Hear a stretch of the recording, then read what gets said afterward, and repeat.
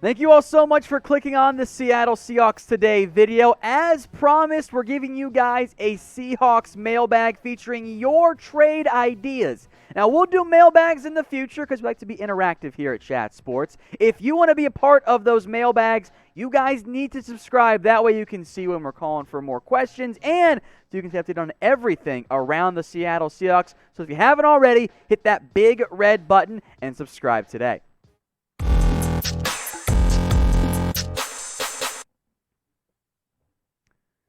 Diving right in with some Carlos Dunlap trade ideas. The first from Omar Plays Games. Carlos Dunlap, of course, to Seattle in exchange for a second and a fourth-round pick. Now, Brian Warren, meanwhile, offered a fourth-round pick and Ben Kerrigan going to the Cincinnati Bengals. So, two different trade packages here, both around Carlos Dunlap. One for a second and a fourth. The other, this one here, a fourth and Ben Kerrigan. There were some debates going on in the comments section about the actual value of Carlos Dunlap. He is unhappy, though, in Cincinnati. And although he's not the same guy he was in his prime, and the contract could be a problem for the Seahawks, you can make it work.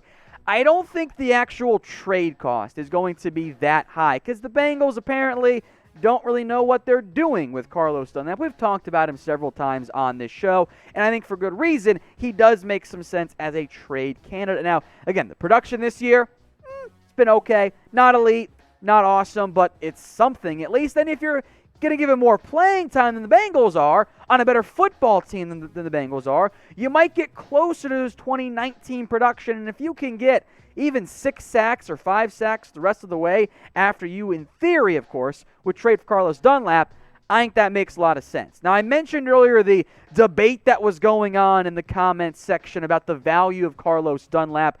I do think that that second trade we show you from Bryan, a little bit closer to the value. I do think Omar Plays you were offering too much, but I'd rather you offer too much than not enough. So let me know in the comments section, what is the most that you would trade for Carlos Dunlap? Let's talk J.J. Watt now. Mark Clausen said, I could edit this if needed, but his initial trade package was L.J. Collier, a second and a seventh for J.J. Watt. In terms of the player that he is, I mean, I actually don't think you're that far off. A second-round pick, it's maybe, let's just say, 64th overall. L.J. Collier gives you an asset there. I think the trouble is not because of the value of J.J. Watt, but because of what he means to his organization specifically. I think that J.J. Watt's value is simply a little bit higher than what you might see from really any other organization because of what he means to the city, to the team. Watt is an important member of Houston, not just the Texans, but the city. And if you're ownership, you might go, guys, unless we get a Godfather offer, which a second and L.J. Collier is not, it's a fair offer, I don't think that we can really trade J.J. Watt. So I like the thought process. I thought the value is close to being fair. I think Houston, though, is going to have a tough time moving on from a player so important to that organization, culture, and team. Now, this will be the pinned comment on today's video. So if you get that ad break, hey, scroll on down and get your votes in. Who is your dream trade target? Try and keep it a little bit more realistic, but I'll let you guys go wild with this one. All right, Joshua Champlain with a Quinnen Williams trade. There are actually two of them here that I wanted to get to. This one, Quinnen and a fourth for Poona Ford, David Moore, and a second. Now, I don't know how you're getting a fourth-round pick back for that trade package because you got a good one technique, not great, but a valuable player on a cheap contract, decent receiver, and a second-round pick. Meanwhile, G. Wavy throws together Quinnen a fifth and Cody Barton and a second-rounder. In the end, as much as I would love to get Quinnen Williams on the Seahawks, I think he's an awesome football player, that's not close to enough. I know there are rumors out there of, oh, well, maybe we could go trade for Quinnen Williams from other NFL teams. The Jets have shown that they are down to trade players away, but they have not been giving up players for cheap. Quinnen Williams, the number 3 overall pick in 2019, guess what, folks? You aren't getting him for anything less than a haul. Now, even if you start with that trade package of second and more, I think there's about 20 NFL teams that'd be like, heck yeah, we'll give you the exact same package. And Seattle's issue is they don't have the assets. And this is a big problem with making any type of trade because you already had a deal for Jamal Adams, which, again, I like that move. You are down to a second, a 4th, a 5th, a 6th, and an earlier 7th from the Detroit Lions. And remember, every other NFL organization is going, yeah, that's second rounder. That's going to be in the 60s. So if you're Seattle, if there's a bidding war for a player you might like, you're going to have a very difficult time actually pulling that off. And because you're so out on draft capital, you'll probably be a little bit stingy with it. All right, G-Wavy, I thought your second trade idea was much better for Ryan Kerrigan, who we've talked about many a time on this show. Jacob Hollister, a 5th and a 6th. Now, Jacob Hollister does not carry a significant amount of value. This is probably a day 3 pick at best. However, Washington has nothing at tight end. 2 day 3 picks, a tight end for Ryan Kerrigan. I think Washington says yes. Seattle might say, can we just do the 5th or maybe even just the 4th, because at some point you have to have some draft picks this year. Now, Kerrigan, back 2018 to 2012, somewhere in that range, one of the most consistent pass rushers in the NFL. And before last year's regression, he was legitimately on track for Hall of Fame caliber production. Now, I don't know if he's going to end up getting there now, but he does have 3 sacks this season. He's a good football player. If you can get him or Carlos Dunlap or any of those edges out there, we'll get to Takk McKinley in a little bit, who's ever's cheapest, I think might be a good play for Seattle, because I do think that they need an edge, not to win the NFC, but you'll probably want him if you meet the Ravens or Chiefs in the Super Bowl.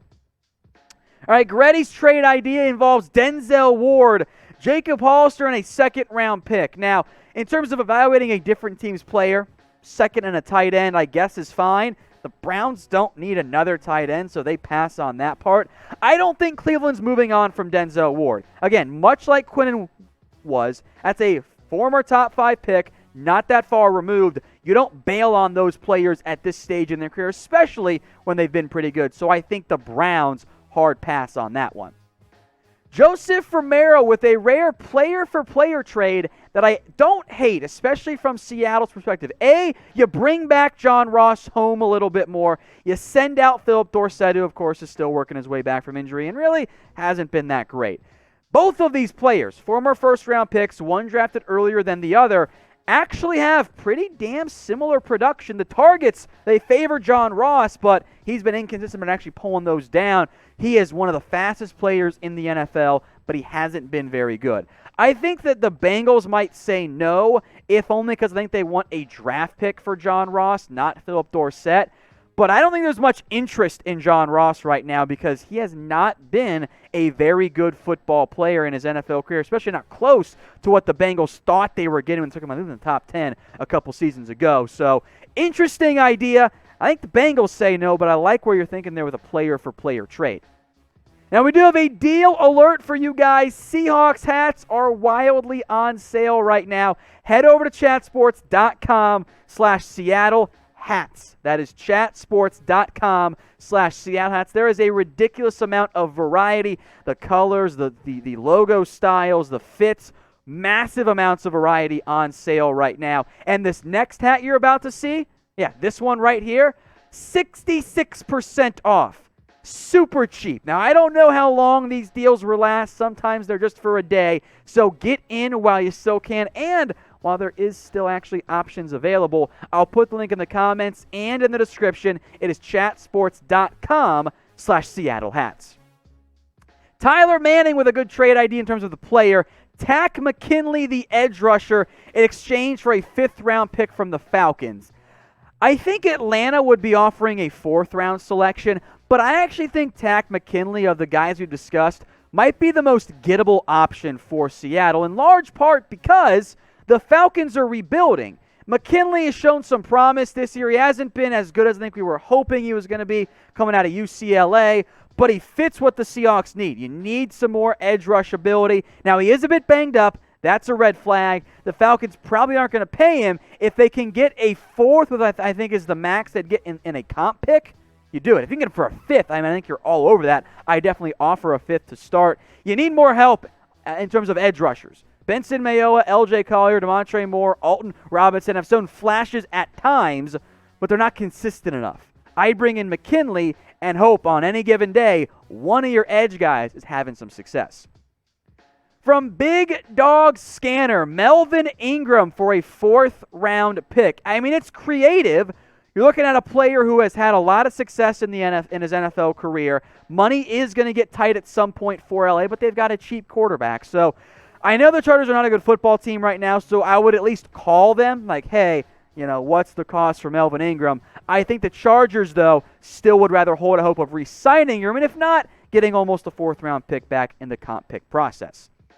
Now, in general, do you guys think Seattle actually needs to make a trade? I would strongly explore edge rusher, but honestly, outside of that, I think you're in pretty good shape. So let me know what you guys think. Y for yes or N for no.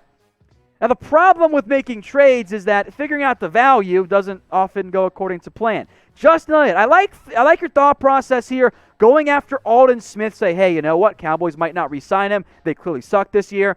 But Trey Flowers and B.J. Finney, that does nothing for the Cowboys. Trey Flowers is not good. We've been over this many a time. B.J. Finney still would not start for the Dallas Cowboys. So 2 backup players for Aldon Smith, Cowboys say no. Now, if it's a draft pick, that might intrigue them a little bit more. And Jeremy, I love you, man, but come on, buddy. J.J. Watt for Trey Flowers in a 5th? Are you not even going to buy them dinner afterwards? That's just a horrible trade package. There's no way that Houston even considers that. And I know they're a bit of a rudderless ship with no GM technically right now, but Trey Flowers and a pick in the hundreds? Yeah, that's not going to work at all. You got to remember, guys, if you're trading for great players, you have to offer more than your own scraps, okay?